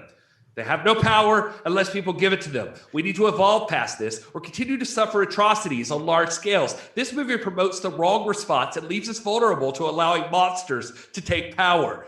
Destroying children's heroes and their models for who they decide they would like to emulate should never be allowed. If the makers of this movie wanted to deal with dark and morally negative stories, they do not need to degrade and destroy well-known and well-loved children's heroes to do so. This movie is reprehensible. Does that guy know that, like, in Batman's first appearance, he shot like 3 dudes with a gun? I don't know. Oh, God. All right, I'm going to do one more and we'll let it go. This review is being written about 4 years after the film's initial release and very close to the last installment of the Nolan's franchise. While a 1-star review is a bit harsh, it can be justified. I hadn't seen the film since the opening weekend 4 years ago and thought it was solid, so I decided to finally pop in the Blu-ray. I could barely finish this film. Like other reviewers, the Joker's insanity level was full throttle the whole time. While he did explain a brief story about the Joker's alcoholic father, the character was one-dimensional the whole time, had zero depth of motives beyond insanity. The Joker character also had gobs of different cronies at every turn. The opening robbery, the scene invading a dinner party, the scene capturing a black mob boss, etc., etc., etc. Every time these followers seemed willing to die for the Joker's cause, which was nothing. Were they paid? Is it ever made sense where these literally hundreds of bad guys came from? Even insane Arkham recruits would have been incompetent or killed the Joker themselves. Also, the Joker's elaborate plans of bombs, robberies, kidnappings, escapees, re-escapes, mind games, poisonings, and power plays would have been impossible to implement either by resources, time, or manpower. I know it's a comic book film, and it needs to be allowed some leeway, but it was so unbelievable. This film is titled The Dark Knight, but there was barely any Batman or Bruce Wayne involved, albeit in limited doses, most of which was just punch throwing. I give it A+ for action and special effects, but there was no feeling behind what was happening. The runtime was way too long, and I feel the peak happened when the Joker was trying to kill Dent in the SWAT van. This was halfway through the film. I probably won't watch this film ever again, but it drags to make me feel for any of the characters or storylines. While the film as a whole isn't terrible, as the title suggests, this film is a product of being ridiculously overhyped, overrated, to the point of madness, just like the Joker. Obviously, this is my opinion. There are 1,000 5-star reviews. I know I'm in the minority. I'm looking at The Dark Knight Rises with hope, but it looks like more of the same. Wow. Wow. Anyway. You, sir, might need a nap. He needs a nap. Well, that's it. That's it for our discussion on The Dark Knight, because otherwise we will go on for 2 more hours, and we're not going to do that to anyone until next week when we talk about The Dark Knight Rises. If you guys want to watch that along with us, you can find it streaming in all the usual places, I am sure, or head to cinemashock.net, where we will have a link to all the places where you can stream that, or buy the Blu-ray or whatever you want to do. So thank you, Todd, for joining us. Thanks Sorry for we having me. took over. Thank you, Gary, for reading those wonderful reviews. Todd, You guys want to tell everyone where you can be reached on the internet? Yeah, I'm at Mr. Todd A. Davis on Facebook, Twitter, Instagram, Letterboxd, and D&D Beyond. T-shirts are available. About D&D Beyond? D&D. No, my personal comedy T-shirts. I Just bought. DM. Slide up in his DMs. Yeah. If you want a cool T-shirt designed by our good friend JP Newton.